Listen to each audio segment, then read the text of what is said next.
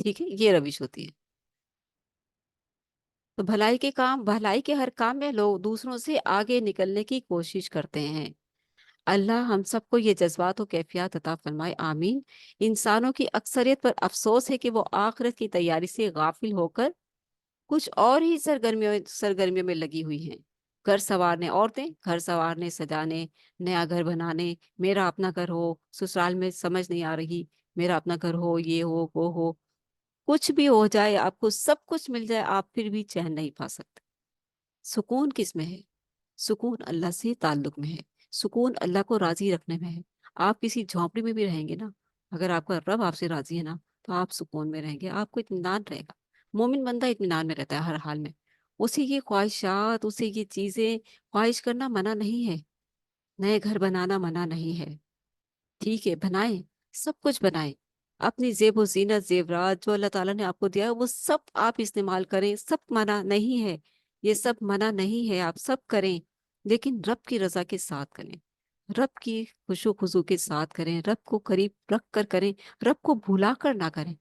یہ ساری نیکیاں بھی کرتے جائیں جو اوپر ہم نے پڑھی ہیں، اور اپنی خوشی کے لیے اپنے گھر کو سنوارے، سجائیں، نیا گھر بنائے، اپنی جیولریز بنائے، اپنی نیو ڈریس بنائے. اور یہ سارے کام بھی کرتے جائیں جو اوپر ہم نے پڑھے ہیں. کیا پڑھیں؟ کہ اللہ کا خوف ہر وقت رہتا ہے ان کو. ہم اللہ اور اللہ کی تعلیمات پر دل سے ایمان رکھتے ہیں، اس کے ساتھ کسی کو شریک نہیں کرتے، انتہائی رازداری کے ساتھ صدقہ و خیرات کرتے رہتے ہیں. نیکیاں کرنے کے باوجود ڈرتے رہتے ہیں کہ معلوم نہیں ان کی نیکیاں بارگاہ خداوندی میں قبول ہوں گی یا نہیں. بھلائی کے کام میں دوسروں سے آگے نکلنے کی کوشش کرتے ہیں. اگر یہ سارے کام کے ساتھ آپ اگر اپنی خواہشات بھی پوری کر رہے ہیں، کوشش کر رہے ہیں، تو آپ کو خواہشات پوری کرنے کا حق ہے. رب کی رضامندی کے ساتھ اس دائرے میں رہ کر آپ اپنی خواہشات پوری کر رہے ہیں، تو آپ کر سکتے ہیں. بالکل کیجیے. اللہ ہم سب کو یہ جذبات و کیفیت عطا فرمائے. لیکن افسوس ہے ان پر کہ جو آخرت کی تیاری سے غافل ہو کر کچھ اور ہی سرگرمی میں لگی ہوئی ہے. یہاں پر ان کے لیے ہے موٹیویشن. یہاں پر ان کے لیے ایک وہ ہے ہلانے والی، ڈرانے والی بات، کہ ڈر جاؤ، خوف کھا جاؤ، اس تیاری سے مت بھاگو، وہ ضروری ہے. اللہ ہمیں اس بدبختی اور محرومی سے محفوظ فرمائے، آمین. یعنی غفلت سے محفوظ فرمائے. رکن نمبر 5، چوسنے سوری یہاں پر رکن نمبر 5 میں سوچنے پر مجبور کر دینے والے سوالات. سوچنے پر مجبور کر دینے والے سوالات بہت اہم اور امپورٹنٹ سوالات ہیں. دیکھتے ہیں. 5ویں رکوع میں اللہ کی کئی نعمتوں اور انسانوں کی ناشکری کا ذکر ہے. ناشکری آ گئی. سب سے پہلے ناشکری کا ذکر آیا ہے کہ اللہ تعالیٰ کی کئی نعمتوں اور انسانوں کی ناشکری کا ذکر ہے. 5ویں رکوع میں اللہ تعالیٰ نے بہت ساری نعمتوں کا ذکر کیا ہے، اور ساتھ ہی کہہ دیا کہ انسان کی ناشکری. وہ دوبارہ جی اٹھنے اور نعمتوں کے استعمال کے حوالے سے جواب دہی کا انکار کرتے ہیں. مشرکین مکہ، مکی صورت ہے. مشرکین مکہ یہی کہتے تھے کہ کوئی دوبارہ زندہ نہیں ہوگا، مر کے مٹی میں مل کر کون دوبارہ زندہ ہوگا. اور پھر رسول اللہ صلی اللہ علیہ وسلم کو یہ بھی کہتے تھے کہ اگر دوبارہ زندہ ہونا ہے تو آپ ہمارے پچھلوں کو زندہ کر کے دکھائیے. یعنی کہ ایسے ایسے اعتراضات لے کر آتے تھے.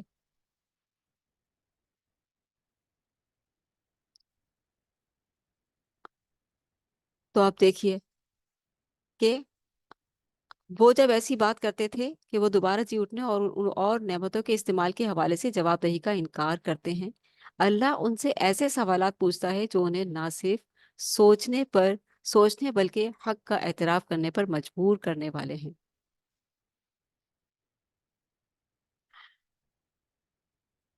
کہتے ہیں اللہ سبحانہ تعالیٰ کہتے ہیں بتاؤ پوری زمین اور اس پر موجود جملہ مخلوقات کس کے اختیار میں ہے؟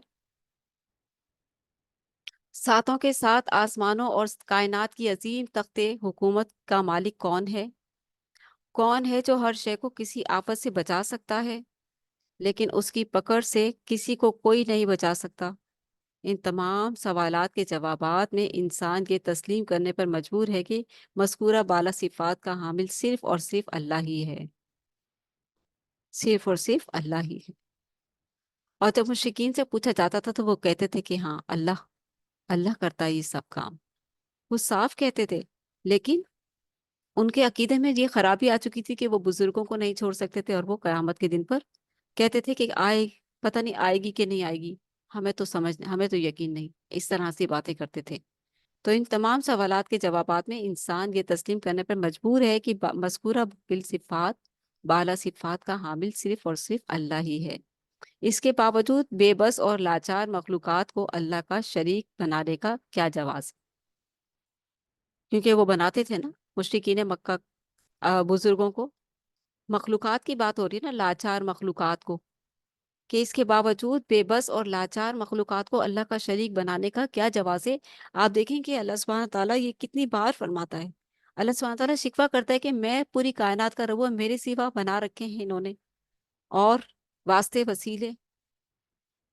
تو یہاں پر لاچار مخلوق ہی کو تو بناتے ہیں نا، بزرگوں کو ہی تو بناتے ہیں نا کارساز۔ تو اللہ تعالیٰ کہ اس کے باوجود بے بس اور لاچار مخلوقات کو اللہ کا شریک بنانے کا کیا جواز ہے؟ سارے کام تو اللہ کر رہا ہے، سارا نظام تو اللہ چلا رہا ہے، سارے کے سارے تمہاری جو ضروریات ہیں وہ تو اللہ پوری کر رہا ہے، زندگی تمہیں اللہ دے رہا ہے، موت تمہیں اللہ دے رہا ہے، اسی نے تمہارے لیے یہ دنیا بنائی ہے، رزق تمہیں وہ دیتا ہے، اولاد تمہیں وہ دیتا ہے، ہر چیز سارا نظام اللہ نے چلایا ہوا ہے۔ پھر تم اس کو چھوڑ کر اسی کی لاچار مخلوق کو اللہ کا شریک بناتے ہو، یہ تمہارے پاس کہاں سے جواز آیا؟ کیونکہ آپ دیکھیں کہ وہ بڑا دھوکے باز شیطان بہت بڑی سیاست کے ساتھ انسان کو جو ہے تباہ کر رہا ہے، تباہ کر رہا ہے۔ اللہ تعالیٰ کہہ رہے کہ میری عبادت کرو، وحدہ لا شریک، میں ایک یعنی کہ میری اکیلے کی عبادت کرو، میرے ساتھ کسی کو شریک نہ ٹھہراؤ۔ اور شیطان کہہ رہا ہے کہ کیسے یہ بندہ کسی طرح سے اللہ سے ہٹا کر اس کو اللہ ہی کی مخلوق کے آگے جھکا دوں۔ تو ایک طرف اللہ کا نظام اور ایک طرف شیطان نے اپنی شیطانیت کا نظام چلایا ہوا ہے، وہ اپنی سیاست چلا رہا ہے، اور بیچ میں انسان، جس انسان نے اللہ کی رسی کو مضبوطی سے تھام لیا وہ کامیاب ہو جائے گا، اور جس انسان نے اپنے نفس کی خواہشات میں لگ کر شیطان کی رسی کو پکڑ لیا وہ پھر گیا، وہ گیا پھر۔ اسی لیے اللہ تعالیٰ نے جنت اور دوزخ ہی دو ہی چیزیں رکھی ہیں، جس نے اللہ کی رسی کو مضبوطی سے تھاما وہ جنت میں چلا جائے گا، اور جس نے اللہ کو چھوڑ کر دوسرے واسطے وسیلے اور سہارے پکڑے، شیطانی راستہ پکڑا، تو وہ گیا پھر کام سے، اس کی زندگی بالکل سب ختم فنا ہو گیا۔ اگر اس کو جہنم کی سٹیمپ لگ گئی تو وہ ختم فنا ہو گیا، اس کو کچھ باقی نہیں بچا۔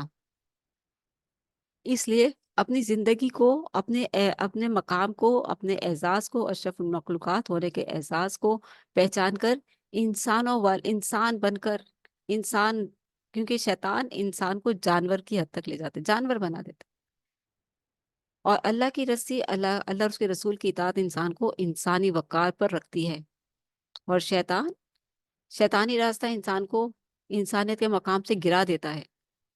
تو اپنا مقام چیک کیجئے کہ اللہ اور اس کے رسول کی اطاعت کر کے جو اللہ نے انسان کو عطا کیا ہے مقام، وہ مقام دنیا میں رکھ کر اسی مقام پر رہ کر دنیا میں زندگی گزار کر، اور پھر اللہ اور اس کے رسول کی اطاعت میں دنیا میں زندگی گزاریں گے تو وہاں پر بھی سرخرو ہو جائیں گے، کامیاب ہو جائیں گے۔ اگر ہم نے اللہ کا راستہ اور اس کے رسول کی اطاعت چھوڑ کر شیطان کا ہاتھ پکڑا، شیطان کی چال بازی میں آ گئے، شیطان کی شیطانیت میں آ گئے، شیطان کی سیاست میں آ گئے، تو پھر وہ برباد کر دے گا اور آخر میں جہنم ہی رہ جائے گی۔ اس لیے اپنا فیصلہ کر کے اٹھیں، آج کہاں جا رہے ہیں؟ اللہ تعالیٰ شکوہ کرتا ہے کہ ساری چیزیں، ساری نعمتیں تو میں دیتا ہوں، اللہ ہی دیتا ہے۔ ہم مذکورہ صفات کا حامل تو صرف اللہ ہے، اللہ ہی ہے، اس کے باوجود بے بس اور لاچار مخلوقات کو اللہ کا شریک بنانے کا کیا جواز ہے؟ کیا تمہیں بتایا نہیں کہ شیطان بڑا دھوکے باز تمہارا دشمن ہے؟ کیا بتا نہیں دیا؟ پھر بھی تم اس کے پیچھے چلتے ہو۔ اگر کائنات میں ایک سے زیادہ با اختیار معبود ہوتے تو وہ کسی موقع پر باہمی اختلاف کی بنیاد پر لڑ پڑتے اور کائنات میں فساد برپا ہو جاتا۔ آپ دیکھیں نا دنیا میں سیاستیں جو چمک رہی ہیں، ملکوں میں جو وہ ہو رہے ہیں،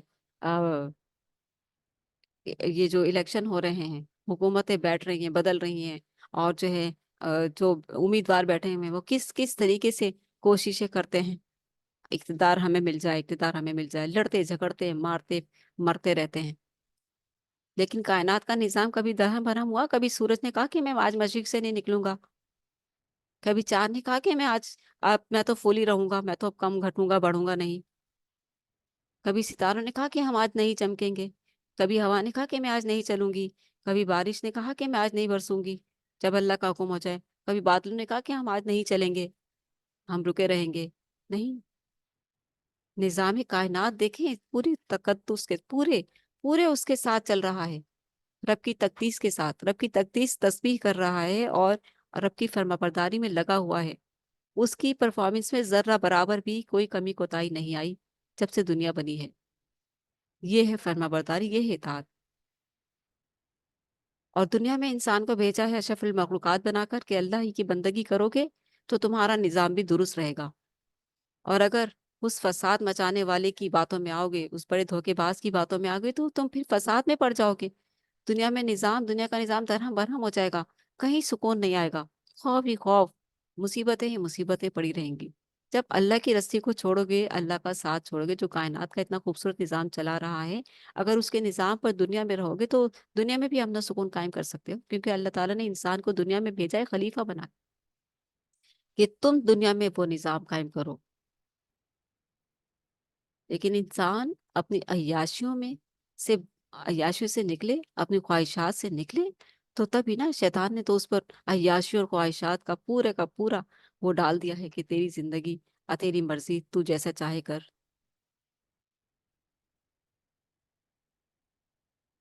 اگر کائنات میں ایک سے زیادہ با اختیار معبود ہوتے تو وہ کسی موقع پر باہمی اختلاف کی بنیاد پر لڑ پڑتے اور کائنات میں فساد برپا ہو جاتا. گھر گھر میں دیکھیں نا کیوں لڑائی ہوتی ہے. اگر جہاں جوائنٹس میں جو جوائنٹ فیملی کا جو سسٹم ہے, جہاں پر سب لوگ مل کر رہتے ہیں, دورانیاں جٹھانیاں رہتی ہیں نا مل کر, ہے نا, کبھی کوئی اپنی چلا رہی ہوتی ہے, کبھی کوئی اپنی منوا رہی ہوتی ہے, اور بڑے بزرگ کہیں ہیں وہ اپنی کر رہے ہوتے ہیں, تو کہیں نہ کہیں کوئی نہ کوئی کھٹپٹ چلتی رہتی ہے, چلتی رہتی ہے نا.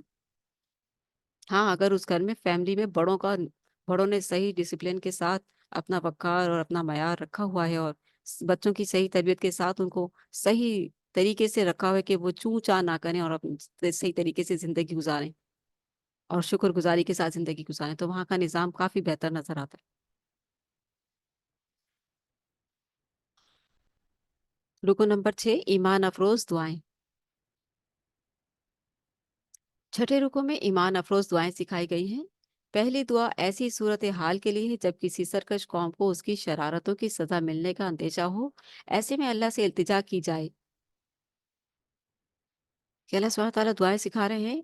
کیا کہا یہاں پر کہ جب کسی سرکش قوم کو اس کی شرارتوں کی سزا ملنے کا اندیشہ ہو, ایسے میں اللہ سے التجا کی جائے. ربی اما ربی اما ترینی ما یوعدون ربی فلا تجعلنی فی القوم الظالمین. اے میرے رب, اگر تو مجھے دکھا ہی دے وہ عذاب جس کا تو نے ظالموں سے وعدہ کر رکھا ہے, تو اے اللہ مجھے اس ظالم قوم کے ساتھ شریک عذاب نہ کیجیو. شیطان کے حملوں سے محفوظ رہنے کے لیے یوں دعا کی جائے, جیسے کہ میں نے کل یا پرسوں ذکر کیا تھا کہ سورۃ مومنون میں دعا آئے گی شیطان سے محفوظ رہنے کے لیے, کہ شیطان کے حملوں سے محفوظ رہنے کے لیے ربی اعوذ بک من ہمزات الشیاطین و اعوذ بک ربی ان یحضرون. یہ دعا اکثر میں پڑھتی ہوں کیونکہ اس بڑے دھوکے باز کا بار بار ذکر آتا ہے نا. قرآن کی تعلیمات جب ہم پڑھتے ہیں تو اللہ تعالیٰ بار بار بتاتے ہیں کہ اس کی باتوں میں مت آنا, سیدھے رستے سے بھٹکا دے گا وہ تم کو, پھسلا دے گا تم کو, جہنم کی کھائی میں گرا دے گا تم کو. اس کا سب سے بڑا ہتھ کنڈا کیا ہے؟ شرک. شرک میں مبتلا کرنا سب سے بڑا ہتھ کنڈا اس کا, شرک میں اللہ کے در سے ہٹا کر دوسروں کے آستانوں پہ اللہ کی مخلوق کے سامنے جھکا کر اس معزز پیشانی کو ذلیل اور رسوا کرنے کا سب سے بڑا حربہ اس کا. اگر شرک میں قابو نہیں آتا انسان, شیطان کیونکہ لگا رہتا ہے نا کوشش میں کہ اگر انسان کے قابو میں نہیں آتا کہ یہ شرک میں مبتلا نہیں ہو رہا, بڑا اللہ والا بنا ہوا ہے, میری قابو نہیں آ رہا ہے کہ میں اس کو اللہ سے ہٹا سکوں, اچھا پھر اس کو بدعت میں لگا دیتا ہوں, بدعتوں میں لگا دیتا ہے, پھر اللہ کی رسول کی اطاعت سے ہٹاتا ہے. پھر وہ اگر بندہ اللہ سے نہیں ہٹتا تو اللہ کے رسول کی اطاعت سے ہٹاتا ہے, یعنی کہ لگا رہتا ہے وہ. تو اس لیے ہوش پا جو مومن ہوتے ہیں وہ بڑی ہوش مندی سے زندگی گزارتے ہیں, ان کا لمحہ لمحہ اللہ اور اس کے رسول کی اطاعت کے دائرے میں رہ کر گزرتا ہے. اللہ اور اس کے رسول کی دائرے سے وہ باہر نہیں نکلتے, چاہے مشکلات آئیں, چاہے تنگی آئیں, چاہے پریشانی, لیکن وہ اس دائرے سے نہیں باہر آتے. کہتے ہیں نہیں, ہم نے یہ اطاعت کا دامن نہیں چھوڑنا, ہم نے اللہ اور اس کے رسول کی اطاعت کے دائرے سے باہر نہیں جا سکتے. ٹھیک ہے, تو دعا کیا ہے؟ اے میرے رب, میں شیطانوں کے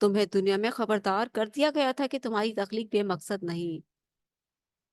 اللہ اکبر۔ اللہ تعالیٰ ہمیں ایسی ذلت اور محرومی سے محفوظ فرمائے، آمین۔ فرمائے دنیا کے عام بادشاہ بھی اپنے وفاداروں کو نوازتے اور نافرمانوں کو سزا دیتے ہیں، تو کیا اللہ جو بادشاہ حقیقی ہے اپنے فرما برداروں کو انعام اور اپنے باغیوں کو سزا نہ دے گا؟ بادشاہ دیتے نا کوڑوں کو سزا، اور جو گزشتہ جو اتوار میں تواریخ گواہ ہیں کیسی کیسی سخت سزائیں دی جاتی تھی، اور فرما برداروں کو انعام اور اپنے باغوں، یعنی کہ جو دنیاوی بادشاہ ہیں وہ بھی اپنے وفاداروں کو نوازتے اور نافرمانوں کو سزا دیتے تھے، تو کیا اللہ جو بادشاہ حقیقی ہے اپنے فرما برداروں کو انعام اور اپنے باغیوں کو سزا نہ دے گا؟ اللہ ہمیں روز قیامت کی رسوائی سے محفوظ فرمائے، آمین۔ اللہ ہمیں موت کے وقت سے ہی ہر طرح کی رسوائی سے محفوظ فرمائے۔ سورہ نور ہم پڑھنے جا رہے ہیں، مدنی سورت ہے، عنوان ہے عورتوں کی ناموس کا تحفظ۔ عورتوں کی ناموس کا تحفظ آسمان سے اترا ہے، عورتوں کی عزت کی حفاظت کے طریقہ کار آسمان سے اترا ہے۔ کیا ہم عورتیں اس چیز کے لیے اللہ تعالیٰ کا شکر ادا کرتے ہیں کہ اللہ تعالیٰ نے ہماری حفاظت کے لیے آسمان سے کیا کیا اتارا ہے؟ عورت کی عزت کی حفاظت کے لیے وہ طریقہ کار بتائے ہیں، آسمان سے آئے ہیں وہ طریقہ کار عورت کے لیے۔ کیا ہم نے اس اعزاز کو سمجھا ہے، پہچانا ہے، اللہ کے شکر ادا کیا ہے؟ اللہ کا شکر ادا کیا ہے؟ اب سنیں کیا کیا ہے۔ رکن نمبر 1، حد زنا و قذف۔ پہلے رکو میں حکم دیا گیا کہ زانی مرد ہو یا عورت، اگر ان پر جرم ثابت ہو جائے تو انہیں لوگوں کے سامنے 100 کوڑے مارو۔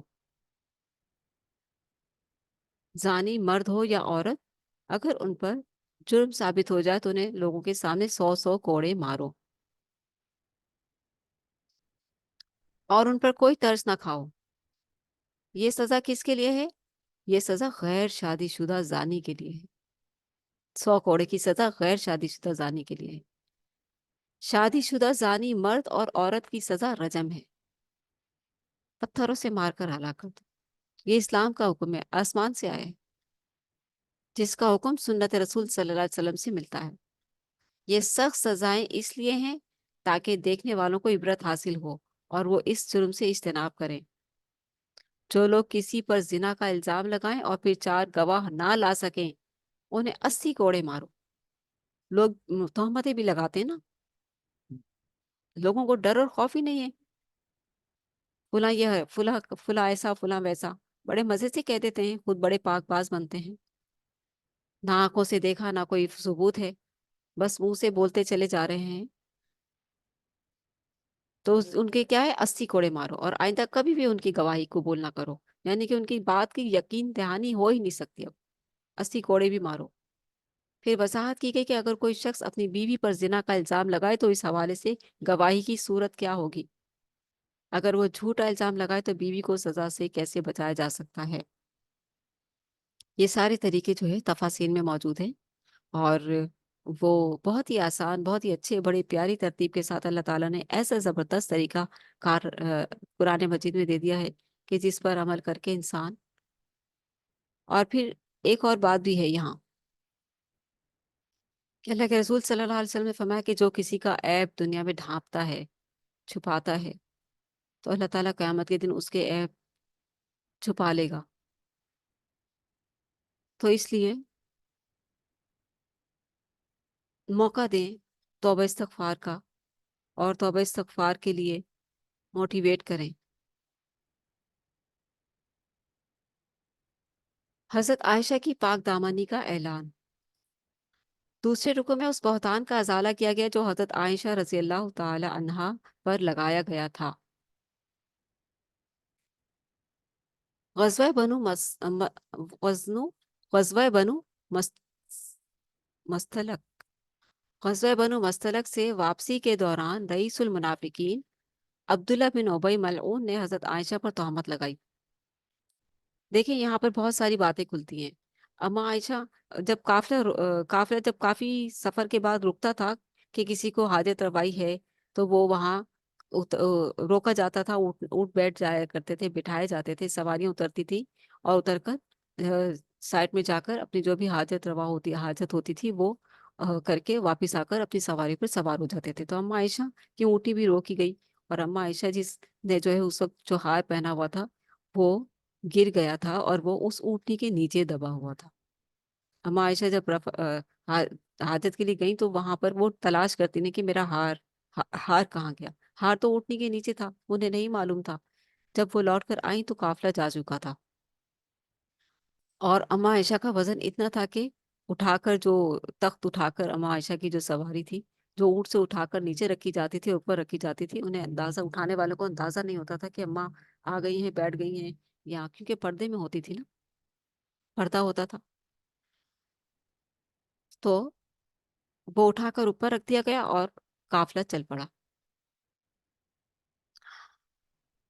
پیچھے جو ہے ایک صحابی جو تھے، ان کا نام مجھے اس وقت یاد نہیں آ رہا، وہ کافی دور تک، کافی دیر کے بعد جو ہے قافلے کے پیچھے پیچھے چلتے تھے کہ کوئی پیچھے کوئی چیز، کسی کی کوئی چیز، یا کوئی رہ گیا ہو، یا کوئی بیمار، یا کوئی رفع حاجت کے لیے لیٹ ہو گیا ہو، تو اسے میں پھر اپنی سواری پر بٹھا کر ساتھ لے جاؤں۔ تو جب اما عائشہ کی اونٹنی چلی گئی تو وہاں پر ہار تھا، تو ہار ملا تو اما عائشہ، اور دیکھ رہی کہ قافلہ تو آگے نکل گیا ہے، پیچھے کھڑی ہیں، تو وہ جو صحابی تھے انہوں نے کہا کہ آپ آ، اما آپ جو ہے میری سواری پر بیٹھ جائیے۔ تو جب مدینہ پہنچے قافلہ، تو پیچھے پیچھے اما عائشہ کا جو تھا اونٹ تھا وہ پیچھے تھا، تو ظاہر سی بات ہے، تو پھر وہ عبداللہ بن ابی کو موقع مل گیا کہ اس نے جو ہے وہ بہتان لگایا، اور بہت ہی خطرناک بہتان تھا کہ ایک صحابی کے ساتھ پیچھے رہ کر آ رہی ہیں، کیا وجہ ہے، کیوں ہے، کیا ہے؟ سمجھدار کے لیے تو اشارہ ہی کافی ہے نا کہ کون سا الزام لگایا ہوگا۔ تو یہ واقعہ جب میں پڑھتی ہوں تو میں بہت زیادہ وہ ہو جاتی ہوں، ذرا تکلیف میں آ جاتی ہوں۔ تو غزوہ بنو مستلق سے واپسی کے دوران رئیس المنافقین عبداللہ بن ابی ملعون نے حضرت عائشہ پر تہمت لگائی رضی اللہ تعالیٰ عنہ۔ کئی منافقین اور بعض سادہ لو مسلمانوں نے مل کر اس تہمت کو ایک مہم کی صورت میں پھیلانا شروع کر دیا۔ کئی منافقین جو وہاں مدینہ میں رہتے تھے، اور بعض سادہ لو مسلمان، کیونکہ سادہ لو مسلمان بھی جیسے باتوں میں آ جانا، کہ سنی سنائی باتوں میں آ گئے، نے مل کر اس تہمت کو ایک مہم کی صورت میں پھیلانا شروع کر دیا۔ آپ کو پتہ ہے یہ ہوا، آپ کو پتہ ہے وہ ہوا، آپ کو پتہ ہے یہ ہوا، فضول کی باتیں۔ اس رکوع میں بہتان لگانے والوں کو سخت عذاب کی وعید سنائی گئی۔ سادہ لوگ مسلمانوں کو متوجہ کیا گیا کہ آئندہ ایسی حرکت سے سختی سے اجتناب کریں۔ اتنی بڑی بات، منافقین کے پیچھے لگ گئے، اتنی بڑی بات ذرا خیال نہیں آیا۔ اور پھر اس کے بعد ایسے لوگوں کو دنیا و آخرت کے عذاب کی دھمکی دی گئی جو مسلمانوں میں بے حیائی پھیلاتے ہیں۔ اللہ کے رسول صلی اللہ علیہ وسلم وحی کا انتظار کر رہے تھے، اما عائشہ خاموش ہو گئی، اللہ کے رسول بھی خاموش ہو گئے، وحی کا انتظار کر رہے ہیں۔ اما عائشہ دل برداشتہ ہو کر اپنے والد کے گھر چلی گئیں، اور کہ جو ہے یہ کیا ہو گیا ہے، یہ کیوں ہو گیا ہے، کیوں نہیں، یعنی کہ ایک عورت کیا کر سکتی ہے، آپ بتائیں کہ میری کوئی بات نہیں سن رہا، یا میرے اللہ کے رسول خاموش، یہ بات نہیں کر رہے۔ ایسا ماحول کریٹ کر دیا گیا، اللہ کے رسول صلی اللہ علیہ وسلم کو غیب کا علم نہیں تھا۔ اللہ کے رسول صلی اللہ علیہ وسلم اس وقت مدینہ کے بادشاہ کی حیثیت سے تھے، انہیں غیب کا علم نہیں تھا، خاموشی سے انتظار کر رہے تھے، وہی آئے گی تو پھر پتہ چلے گا۔ اللہ کے پاس سے اللہ کے رسول کو اطمینان تھا، یقین تھا کہ اوپر سے جب آئے گا تو پھر بڑا زبردست آئے گا فیصلہ رب کا۔ انہیں اپنی بیوی پر بھروسہ تھا، لیکن خاموش تھے۔ آخرکار 21 دن کے بعد وہی آئی، اور اللہ تعالیٰ نے اما عائشہ کے حق میں گواہی عطا کی، اور یہ آیات بڑی ہی پیاری آیات ہیں، دیکھ لیتے ہیں۔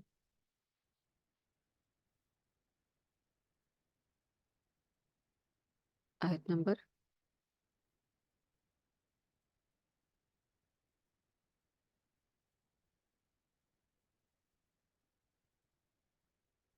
یہاں سے ہم اس کا ترجمہ پڑھ لیتے ہیں، وہ نمبر 11 سے۔ فرمایا جب تم نے یہ قصہ سنا تھا تو مومن مردوں اور مومن عورتوں نے اپنے دل میں اچھی بات کیوں نہ سوچی. اللہ تعالیٰ کی طرف سے وحی کا سلسلہ شروع ہوا اور وحی آئی کہ جب تم نے یہ قصہ سنا تھا جو منافقین پھیلا رہے تھے تو مومن مردوں اور مومن عورتوں کے لیے نے اپنے دل میں اچھی بات کیوں نہ سوچی. اب آپ یہاں دیکھیں سبق کیا ہے کہ جب بھی کوئی خبر ملے اس میں اچھائی کا پہلو بھی رکھو، صرف برائی نہ سوچو. کہ اچھی بات کیوں نہ سوچی اور یوں کیوں نہ کہہ دیا کہ یہ تو سری بہتان ہے، کیوں نہ کہا. پھر یہ تہمت لگانے والے اس پر چار گواہ کیوں نہ لا سکے. پھر جب یہ گواہ نہیں لا سکے تو اللہ کے ہاں یہی جھوٹے ہیں. اللہ اکبر. آسمان سے آ رہی وہی. اور اگر تم پر دنیا اور آخرت میں اللہ کا فضل اور اس کی رحمت نہ ہوتی تو جن باتوں میں تم پڑ گئے تھے اس کی پاداش میں تمہیں بہت بڑا عذاب آ لیتا. یعنی کہ تم نے ایسی پاک بیوی پر کے دامن پر تم نے جو ہے اتنا بڑا بہتان لگایا ہے، تمہیں بہت سخت عذاب آ جاتا.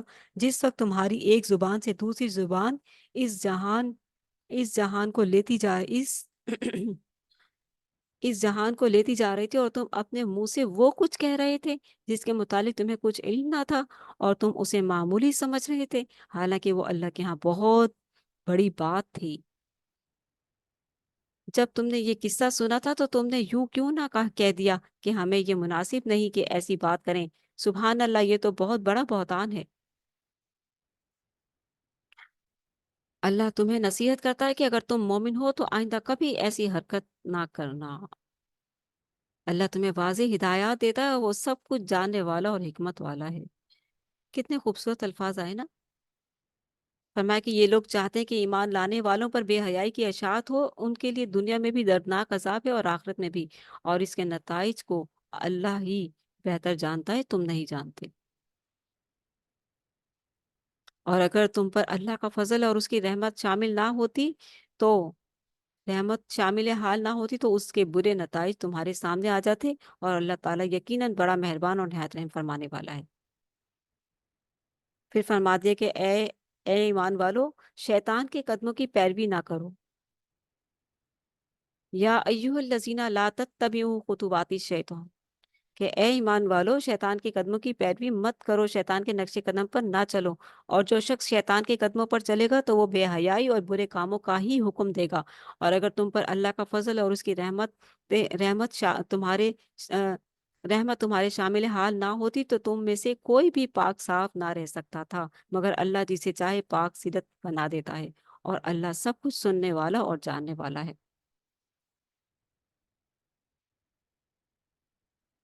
تو جب وہی آئی تو اللہ کے رسول صلی اللہ علیہ وسلم اپنے اپنے پیارے دوست ساتھی حضرت ابوبکر صدیق رضی اللہ تعالیٰ عنہ کے گھر گئے. اما عائشہ اپنے دوست کو سنائی یہ خبر. تو حضرت ابوبکر صدیق رضی اللہ تعالیٰ عنہ جو ہے اما عائشہ کے پاس آئے، کہنے لگے کہ بیٹی، محمد رسول اللہ صلی اللہ علیہ وسلم کا شکریہ نہیں ادا کرو گی؟ جاؤ ان کا شکر. تو انہوں نے کہا، اللہ کے رسول سامنے ہی بیٹھے تھے، تو انہوں نے کہا میں ان کا شکریہ ادا کیوں کروں، میں تو اپنے رب کا شکر ادا کروں. کہ میرے رب نے آسمان سے میرے لیے وہی اور میرے لیے صداقت کی جو ہے بھیجا ہے. میری پاک دامنی کی گواہی اللہ نے آسمان سے بھیجی ہے، اللہ نے دی ہے، میں اس کا شکر ادا کروں گی. اور اللہ کے رسول اتنا مسکرائے اس بات پر کہ یہ واقعی میں مومنہ بندی ہے، کہ اس نے دل جیت لیا نا اللہ کے رسول کا. کہ اللہ کے رسول کی تو تعلیم ہی یہی ہے کہ اللہ سے جوڑنا، اللہ کے بندیوں کو اللہ سے جوڑنا. رسول اس بات سے بہت خوش ہوئے، نبی علیہ الصلوۃ والسلام محمد صلی اللہ علیہ وسلم اس بات سے بے حد خوش ہوئے کہ میں تو اپنے رب کا شکر ادا کروں گی. اس کو کہتے ہیں شکر گزاری، اور یہی نبیوں کی تعلیم ہے. ٹھیک ہے. تو اس رکو میں سادہ لوگ مسلمانوں کو متوجہ کیا گیا کہ آئندہ ایسی حرکت سے سختی سے اجتناب کریں. اس کے بعد ایسے لوگوں کو دنیا آخرت کے عذاب کی دھمکی دی گئی جو مسلمانوں میں بے حیائی پھیلاتے ہیں. بدقسمتی سے یہ جرم آج عام ہو گیا ہے. ہم اپنے گھروں میں ٹی وی، اخبارات اور جرائد کے ذریعے بے حیائی کی نشر و اشاعت میں حصہ لیتے ہیں. خواتین بے پردہ ہو کر زیب و زینت اختیار کر کے اور بعض اوقات نیم اور یا لباس پہن کر باہر نکل کر اس جرم کا ارتکاب کرتی ہیں. جو عورت خوشبو لگا کر گھر سے باہر نکلتی یا ایسے بیہودہ لباس پہن کر باہر نکلتی جن پر مردوں کی بری نگاہ پڑتی ہے تو وہ بھی اسی زمرے میں آ جاتی ہیں زنا کی. بری نگاہ پڑی تو کہاں تک گئی وہ؟ پھر اس نگاہ میں کیا ہے پھر پیچھے؟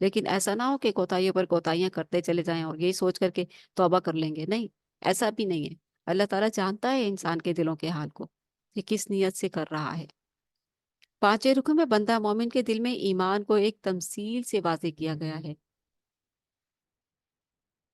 پانچویں رکوع میں ایمان کو ایک تمثیل سے بہت ہی خوبصورت مثال کے ساتھ بیان کیا گیا ہے، اور وہ بہت ہی پیاری آیت ہے جسے میں جو ہے پڑھنا چاہوں گی اور آپ لوگوں کے سامنے رکھتی ہوں۔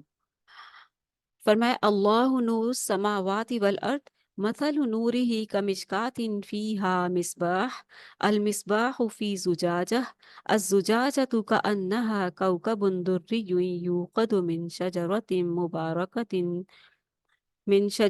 مبارکت زیتونت لا شرقیت ولا غربیہ یکاد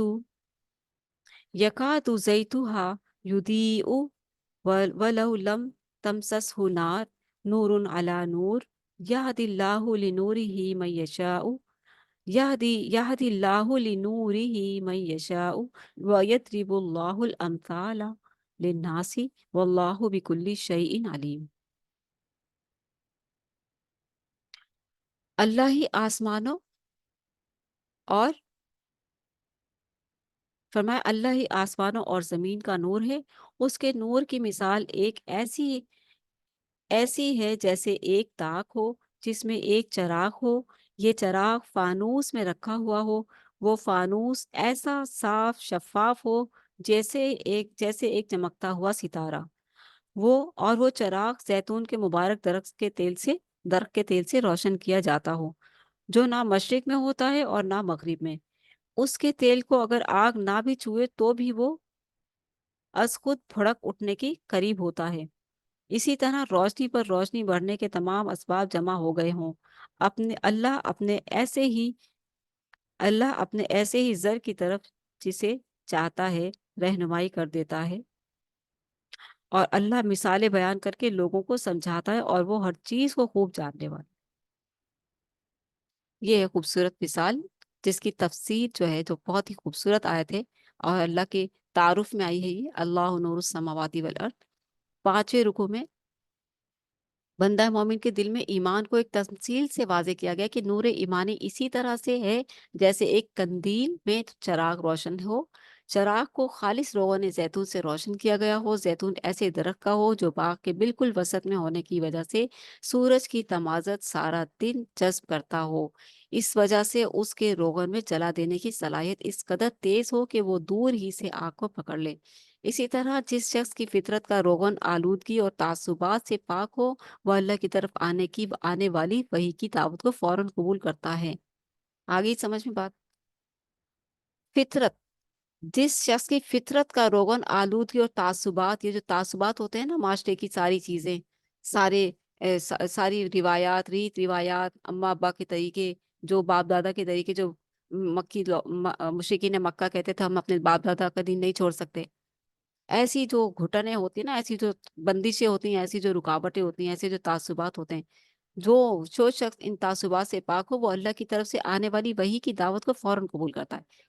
اب آج کل کیا ہے وحی کا سلسلہ، جیسے کسی شخص نے آپ کو قرآن کی کوئی یاد بتا دی، کسی دوست نے آپ کو بتا دی کہ میں قرآن پڑھی تھی تو وہ اتنی پیاری آیت آئی، اور اس کا بھی دل اس پر آ گیا، اور وہ جو ہے اپنے عمل میں اور زیادہ بڑھ گئی یا اور زیادہ نیک ہو گئی، تو یہ ساری چیزیں اس کو کہتے ہیں فطرت۔ اس کو کہتے ہیں کہ اسی طرح جس شخص کی فطرت کا روغن آلودگی اور تعصبات سے پاک ہو، وہ اللہ کی طرف سے آنے والی وحی کی دعوت کو فوراً قبول کرتا ہے۔ یا قرآن مجید کی آیات جیسے مکہ میں اتر رہی تھی تو ان کے لیے ایک مثال دی گئی کہ تو اگر ان میں ایسی فطرت ہوتی تو یہ فوراً قبول کر لیتے، لیکن جن میں تھی انہوں نے قبول کر لیا، اور قیامت تک کے تمام لوگوں میں جب تک جو جس طرح سے جس چیز کو اللہ کا پاک کلام پہنچے گا اور وہ اس کو سن کر اور اس کو لے لے گا، فوراً قبول کر لے گا، تو وہی کامیاب ہے، اور اس کا دل نور ایمانی سے جگمگا اٹھتا ہے جو اس چیز کو لے لیتا ہے۔ گویا نور ایمان دو نوروں کا مجموعہ ہے۔ آ رہی سمجھ بات؟ کہ یہاں سے دوبارہ سے دیکھیے، اسی طرح جس شخص کی فطرت کا روغن آلودگی اور تعصبات سے پاک ہو، وہ اللہ کی طرف سے آنے والی وحی کی دعوت کو فوراً قبول کرتا ہے۔ ہر اچھی جو اللہ اور اس کے رسول کی اطاعت کی بات ہے اسے وہ فوراً قبول کرتا ہے۔ ٹھیک ہے، اللہ اور اس کے رسول کی اطاعت کی بات ہو، بدعت کی نہ ہو کہ 1.25 لاکھ دفعہ کلمہ پڑھا جا رہا ہے، آ جاؤ پڑھ لیں،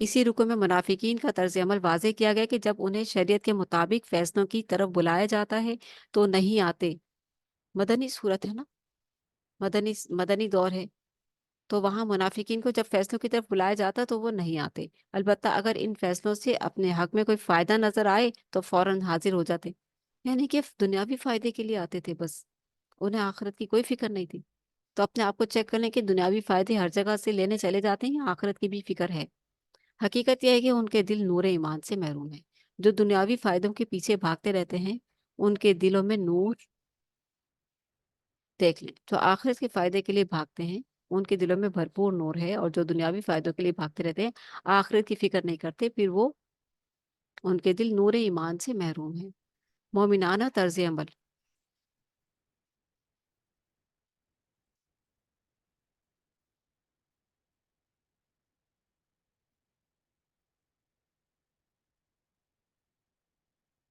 مومنانہ طرز عمل 7ویں رکو میں واضح کیا گیا کہ مومن وہی ہیں کہ جب شریعت کے مطابق فیصلے کی طرف بلایا جائے تو فوراً سمعنا و اطعنا، ہم نے سنا اور ہم نے قبول کیا کہتے ہوئے حاضر ہو جاتے ہیں۔ مدنی دور کی جو ایک جھلک نظر آ رہی ہے کہ جب اللہ کے رسول بلاتے تو فوراً آ جاتے۔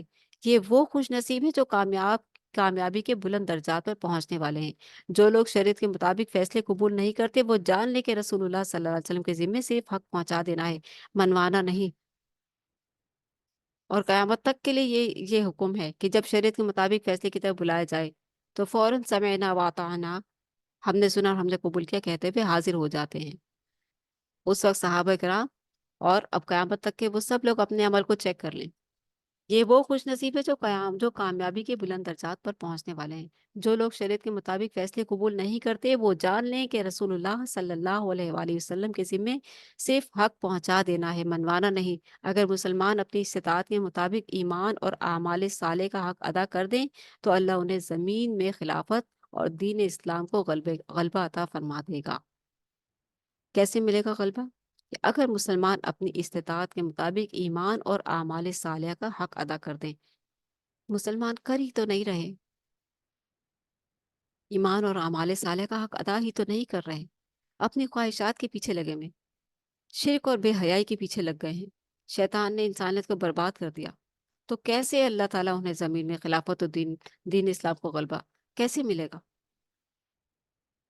اب جو انسانیت مسلمانوں کی سو رہی ہے، اب جو مسلمان سو رہے ہیں، جس وقت جاگنے کا ہے وقت، تو اس وقت سو رہے ہیں۔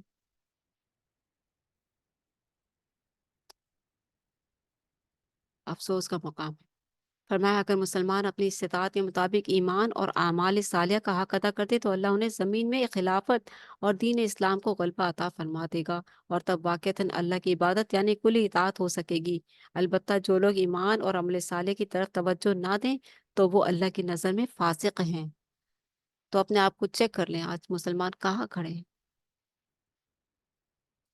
رکن نمبر 8، گھر کے اندر پردے کے احکامات۔ 8ویں رکن میں گھر کے اندر کے پردے کا بیان ہے۔ حکم دیا گیا کہ نماز فجر سے قبل،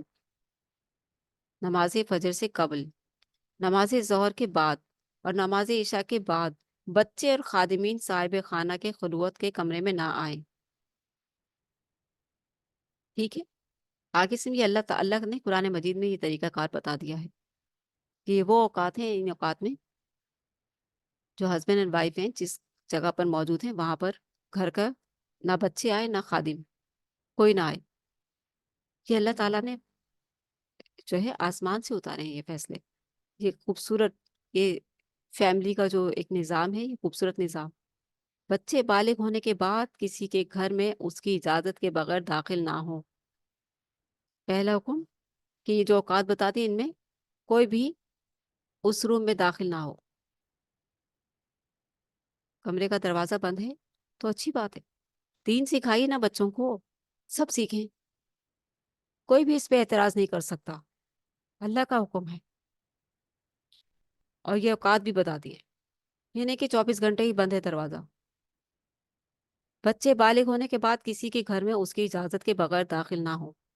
ایسی بوڑھی خواتین جن کے لیے نکاح کا امکان نہیں، وہ زیب و زینت کا اہتمام کیے بغیر کھلے چہرے کے ساتھ نامحرم مردوں کے سامنے آ سکتی ہیں، البتہ بہتر یہی ہے کہ وہ اس رعایات کو اختیار نہ کریں۔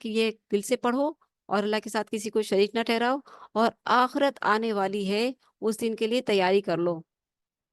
یہ بات انہیں ہضم نہیں ہوتی تھی کہ وہ نہیں چاہتے تھے کہ کوئی اس آخرت کا ذکر کرے، یہ مشرکین مکہ جس میں ان سے جرائم کی باز پرس ہوگی، وہ کان کھول کر سن لیں کہ ان کے لیے اللہ نے دہکتی ہوئی آگ تیار کر رکھی ہے جس میں وہ باہم زنجیروں میں جکڑے ہوئے ہوں گے۔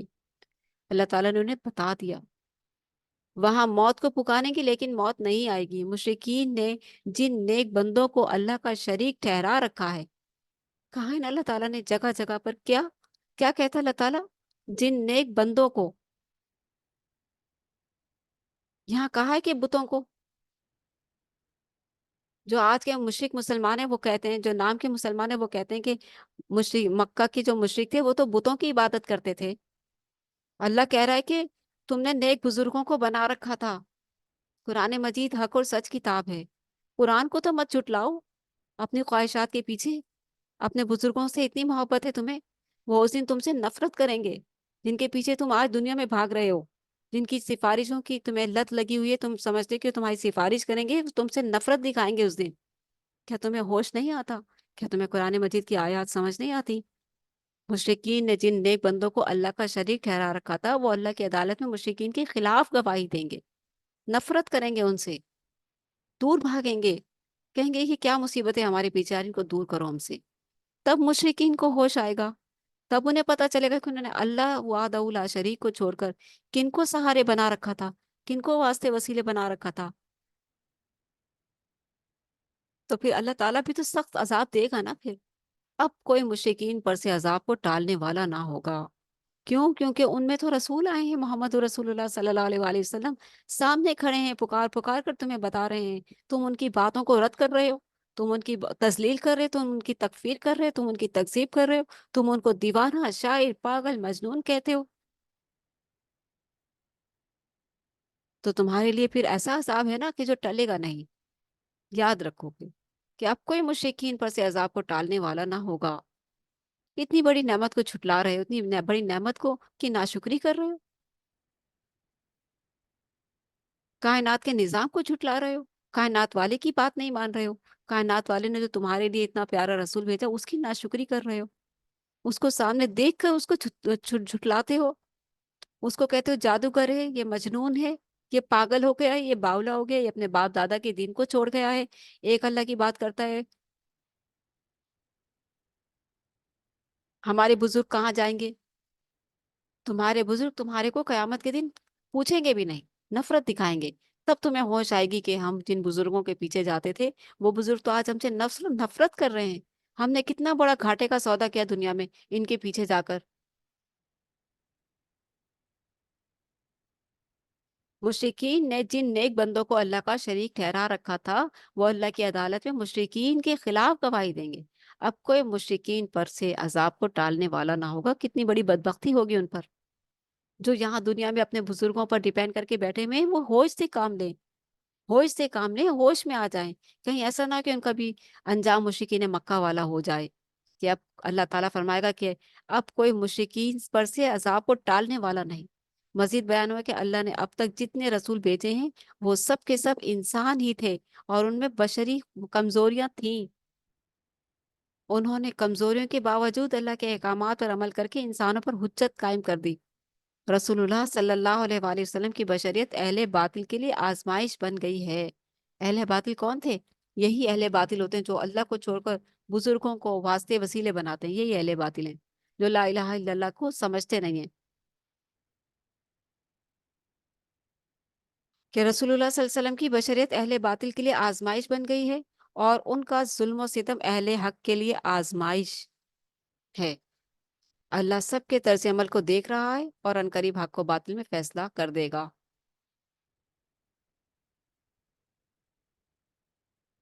آ رہی بات سمجھ میں کہ رسول اللہ صلی اللہ علیہ وسلم کی بشریت اہل باطل کے لیے آزمائش بن گئی ہے، اور ان کا ظلم و ستم اہل حق کے لیے آزمائش ہے۔ کرتے تھے نا ظلم مشرکین مکہ ایمان لانے والوں کو، کیسے کیسے اذیتیں دیتے تھے، آزمائش تھی، پھر ہجرت پر مجبور کر دیے گئے۔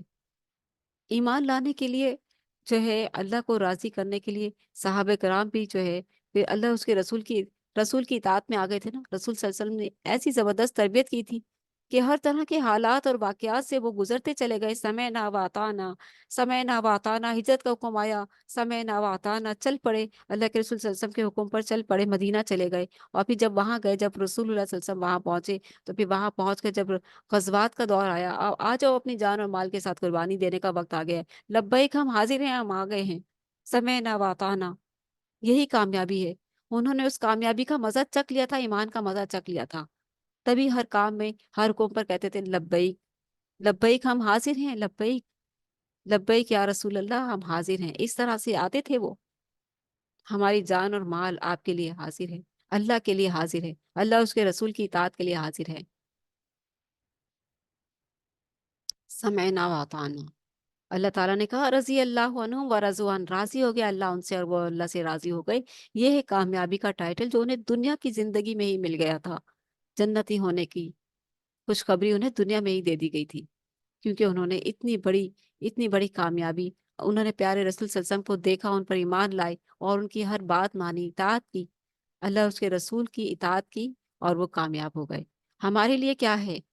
ہمارے لیے بھی یہی ہے کہ اب اگر اب محمد رسول اللہ صلی اللہ علیہ وسلم تو نہیں ہے اس دنیا میں، لیکن وہ جو چیزیں ہمارے لیے چھوڑ کر گئے ہیں، کہ اللہ کے رسول نے فرمایا تھا کہ شخص جو مسلمان، جو شخص قرآن اور میری سنت کو مضبوطی سے تھام لے گا، وہ وہی سیدھے راستے پر ہوگا۔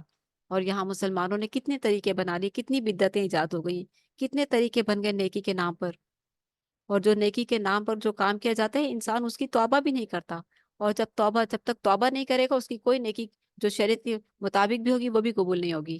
آ رہی بات سمجھ میں؟ جو اللہ اور اس کے رسول نے نہیں بتائی، اور وہ کام نیکی سمجھ کر رہا ہے انسان، اور اگر اس کی توبہ نہیں کی ہے ابھی تک، تو اس بدعت سے توبہ نہیں کی ہے ابھی تک، تو اس کے جو نیکی کے فرائض ہیں ان کا بھی ثواب نہیں ملے گا اس کو۔ یہ بہت بڑا گھاٹا ہے، بہت بڑا نقصان ہے۔ آ رہی ہے آپ کو بات سمجھ میں؟ اپنی باتیں نہیں کر رہی، یہ اللہ اور اس کے رسول کا فیصلہ ہے کہ جس نے بھی دین میں نئی چیز ایجاد کی، دین کے نام پر، نیکی کے نام پر، وہ نیک کام سمجھ کر رہا ہے، اور اگر اس نے اس سے توبہ، ظاہر ہے کون شخص نیکی کے کام کو کر توبہ کرے گا؟ جس کو بتائی یہ گیا کہ یہ تو نیکی کا کام ہے، کوئی کرے گا اس سے توبہ؟ جب تک اسے پتہ نہ چلے کہ یہ بدعت ہے، جب تک تم بدعت سے توبہ نہیں کرو گے، یہ بدعتی عمل ہے، یہ اللہ اور اس کے رسول نے نہیں بتایا، پھر تم کیوں کر رہے ہو وہ عمل، اضافی عمل جو اللہ اور اس کے رسول نے بتایا وہ کر لو، وہی کافی نہیں ہے کیا؟ اضافی کیوں کر رہے ہو؟ اس سے توبہ جب تک نہیں کرے گا تو انسان اللہ اور اس کے رسول کی اطاعت والے کام بھی جو کرے گا وہ بھی قبول نہیں ہوں گے، نیکیاں ضائع جا رہی ہیں۔ اور مشرک کی تو کوئی بھی عبادت قبول نہیں، اور بدعتی کی بھی کوئی عبادت قبول نہیں۔ اپنے آپ کو چیک کر لیں کہ کہیں کہیں نہ کہیں کوئی ذرائی کے ذرے کے دانے کے برابر بھی شرک تو موجود نہیں ہے، اور کہیں ہم نیک کام سمجھ کر کوئی بدعتی عمل تو نہیں اپنے اپنایا ہوا جو ہماری نیکیوں کو ضائع کر دے گا، ہمارے فرائض سب ضائع کر دے گا، کچھ بھی کام نہیں آئے گا۔ اس لیے ان دو چیزوں سے بچیں۔ اللہ تعالی ہم سب کو اپنے اور اپنے پیارے حبیب صلی اللہ علیہ وسلم کی اطاعت گزار بنائے، آمین۔ اور یہ بہت ہی یہ جو دعا ہے نا، یہ سیدھے راستے کی دعا، یہ مانگتے رہا کریں، کیونکہ شیطان کبھی بھی بھٹکا سکتا ہے، کبھی بھی پسلا سکتا ہے۔ بہت یہ جو دنیا کا وقت ہے نا، بہت سنبھل کر گزارنے کا وقت ہے۔ اللہ اور اس کے رسول کی اطاعت میں جو آتا ہے، اس کو شیطان بہت سارے راستوں سے آتا ہے اچکنے کے لیے، تو اس لیے اس سے پناہ مانگنے کی دعا ہم نے اس سے جو پہلے پڑھی سورت مومنون، اس میں پڑھ لی ہے، وہ دعا یاد کر لیں، اور اللہ تعالیٰ سے دعائیں کیا کریں کہ اللہ تعالیٰ ہمیں شیطان کی سیاست اور اس کی چال بازی سے محفوظ رکھے، اور ہمیں اپنا اور اپنے پیارے حبیب صلی اللہ علیہ وسلم کا مطیع اور فرما بردار بنا لے، اور ہمیں شرک اور بدعت سے بچا لے۔ یہ دوسری ساری چیزیں جو نیکی کو ضائع کرنے والی ہیں، ان سے پناہ مانگا کریں صبح شام، اور اللہ تعالیٰ کا شکر ادا کریں کہ اللہ تعالیٰ نے صحیح راستے کی طرف لگایا ہے، اور ان ساری چیزوں کی آگاہی دی ہے، الحمدللہ۔ دعائے نور پڑھ لیتے ہیں، سورت نور ہم نے پڑھی آج۔ اللہ تعالیٰ ہم سب کو سیدھے راستے کی ہدایت عطا فرمائے، آمین۔ یا حی یا قیوم برحمتک استغیث، فللہ الحمد رب السماوات و رب الارض و رب العالمین، ولہ الکبریاء فی السماوات والارض وهو العزیز الحکیم۔ تمام تعریف اللہ ہی کے لیے ہے، اور اللہ کا پاک کلام ہر نقص سے پاک ہے، اور جو غلطی ہوئی وہ ہم سے ہوئی اور ہماری اور ہم ہی خطا کار ہیں، اللہ تعالیٰ ہماری خطاؤں سے درگزر فرمائے، آمین ثم آمین۔ سبحان اللہ و بحمدہ، سبحان اللہ العظیم، اللہم صلی وسلم علی نبینا محمد۔ اللہم اجعل فی قلبی نورا وفی بصری نورا وفی سمعی نورا وعن یمینی نورا وعن یساری نورا وفوقی نورا وتحتی نورا وأمامي نورا وخلفي نورا واجعل لي نورا وفي لساني نورا وعصبي نورا ولحمي نورا ودمي نورا وشعري نورا وبشري نورا واجعل في نفسي نورا وأعزم لي نورا اللهم أعطني نورا۔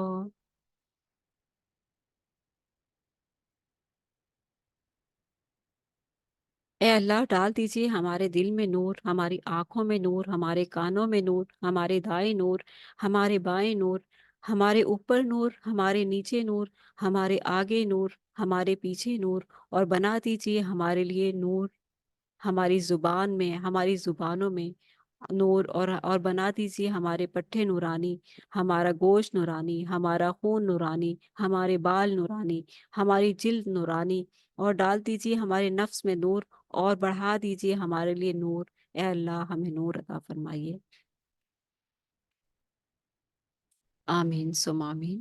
اسی خوبصورت دعا کے ساتھ آپ سب سے اجازت چاہتی ہوں، اور اللہ تعالیٰ ہم سب کی خطاؤں سے درگزر فرمائے، آمین، اور ہم سب کو اپنی خاص رحمت اور محبتوں سے نوازے، اور ہم سب کی رہنمائی اور فرمائے، اور ہمیں اپنے اور اپنے پیارے حبیب صلی اللہ علیہ وسلم کی سچی اطاعت اور فرمانبردار بنا دے، آمین ثم آمین۔ اللہم صلی وسلم علی نبینا محمد، سبحانک اللہم و بحمدک، نشہد ان لا الہ الا انت، نستغفرک و نتوب الیک، والسلام علیکم ورحمۃ اللہ وبرکاتہ۔